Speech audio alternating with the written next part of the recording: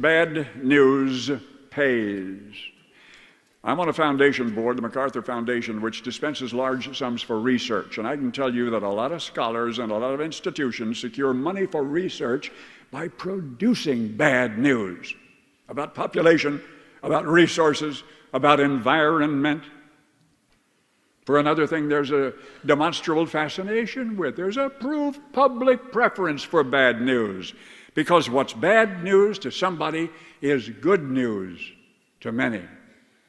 The listener or the reader of bad news can say to himself, well, at least I'm not as bad or as bad off as those fellows. And then the printer whose printing machine broke down, or the builder who bid too low, or the salesman who lost a sale, or the farmer who lost a crop, or the wildcatter who drilled a duster, he can see his problem is not so bad after all. After all, bad news is good news.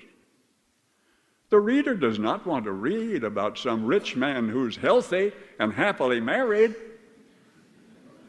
That might tend to make the reader feel sorry for himself.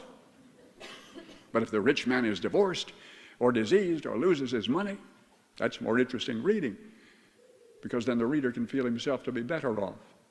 There's always somebody in any hospital ward just enough worse off to help us feel comparatively fortunate. And noisy news serves that purpose. And thus the plane crash, which does not involve you, the billionaire in bankruptcy, the charity boss caught stealing, the movie actor charged with murder, these will continue to be on page 1 for as long as the fire which burns them warms the rest of us.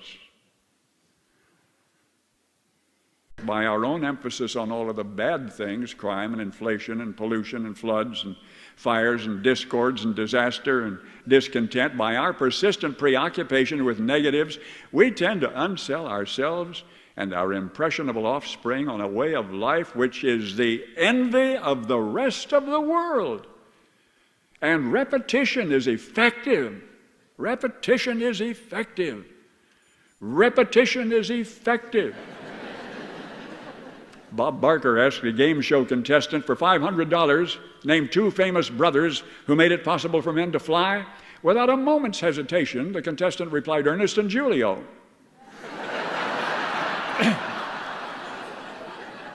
Self-government requires self-discipline all the way to the top and all the way down to us. Then we may lead the world as we once did. For our nation's first 150 years, we led the world, not with guns, not with butter, not with money, but by example.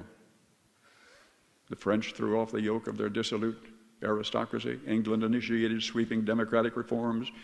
Mexico, Central America, South America freed themselves from Spain, just watching our example. On this rebellious planet, storms are a part of the normal year in and year out climate of life. We earn the sweet by and by how we deal with the messy here and now. Sometimes the storm takes the shape of an economic holocaust or a prolonged drought, sometimes internal civil strife, sometimes a military confrontation. You know, Churchill said that the war years were England's finest hour. And we face a new testing time every lifetime. Some of us have been professional observers of several lifetimes.